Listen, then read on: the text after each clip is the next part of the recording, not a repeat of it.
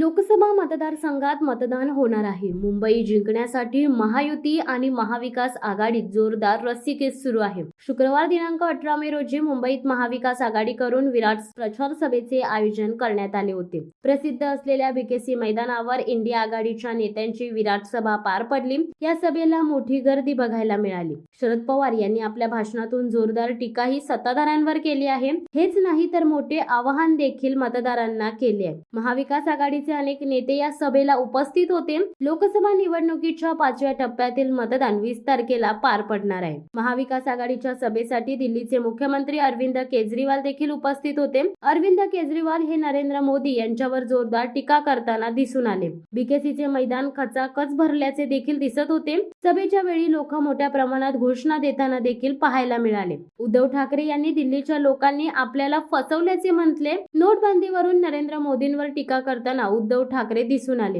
हुकुमशहाच्या virus पासून देशाला वाचवण्यासाठी हिम्मत दाखवा आणि फक्त एका बोटाने या हुकुमशहाला गाडून टाका, अशी साथ महाराष्ट्रातील तमाम जनतेला घालण्यात आली. तेव्हा हुकुमशाहीला मोडीत काढणारच, 4 जूनला देश मोदी मुक्त होणारच असा बुलंद नारा गर्दीतून घुमला. मोदी चले जाओ, अब की बार भाजप तडीपार, असे सभेत ठणकावून सांगण्यात आले.